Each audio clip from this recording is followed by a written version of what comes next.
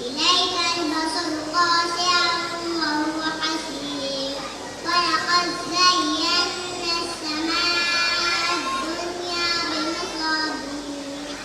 بمصابيح وجعلناها رجوما